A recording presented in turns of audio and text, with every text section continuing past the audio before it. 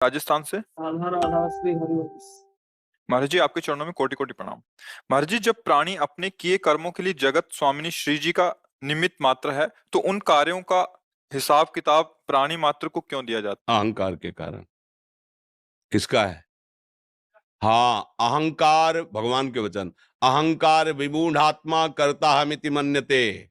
मैं कर रहा हूं, अवश्यमेव भोक्तव्यम, शुभम अशुभम। जो भी शुभ अशुभ कर्म कर रहे हो, अगर उसके कर्ता बन रहे हो तो तुम्हें भोगना पड़ेगा। कोई तुम्हारे अंदर से ऐसी शक्ति नहीं जो तुम्हें बचा सके। अवश्यमेव भोक्तव्यम कृतम, माने मैंने किया, शुभ अशुभ उसको भोगना पड़ेगा। अहंकार विमूढ़ात्मा, मैं करता हूं, मैं भोगता हूं, तो फिर भोगो और करो। और अगर श्री कृष्णार्पणम मस्तु, तो सुधार शुरू। अहम तो हम सर्व पापेभ्यो मोक्षयिष्यामि मा शुचा। चाहे जितने बड़े दुराचारी रहे हो, अपिचेत सुदुराचारो भजते माम अनन्य भाग। जाओ, अहम तो हम सर्व पापेभ्यो, मैं मोक्ष प्रदान करूंगा। तेसाम अहम समुद्धरता मृत्यु सम, मैं उसे मोक्ष प्रदान करूं। क्या दिक्कत है?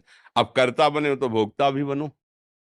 और कर्ता भाव अगर मुक्त करना है तो हर कर्म को सावधानी से भगवान के चरणों में अर्पित करते रहो। कई बार बताया, एक एक घंटा समर्पित करते रहो, एक एक क्षण समर्पित करते रहो। 7 से 8 बजे तक ये किया है प्रभु आपके चरणों में समर्पित, अब 8 से 9 बजे तक ये किया है प्रभु आपके। अभी देखो रंग बदल जाएगा। समर्पण वृत्ति आते ही, जैसे आग में चंदन डालो तो आग, लोहा डालो तो अपना रंग दे देगी, लाल बिल्कुल आग में कर देगी। और विष्ठा डालो तो आग, शुभ अशुभ कर्म सब भस्म करके एकमात्र भगवत भाव रह जाएगा।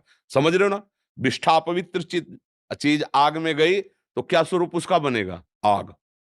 लोहा डाल दो, घनीभूत है, वो लाल एकदम आग में हो जाएगा। चंदन डाल दो, आग में हो जाएगा। मतलब आग ये नहीं देखती कि क्या डाला गया है, वो उसे अपना स्वरूप प्रदान कर देती है। ऐसे ही भगवान ये नहीं देखते कि तुम पापी हो कि पुण्यात्मा हो।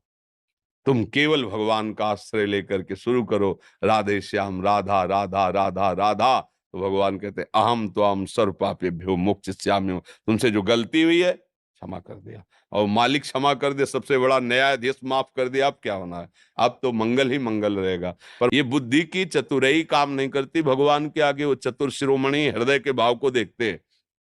ये पंडित जी बड़े विद्वान थे, उनको बड़ा ज्ञान था।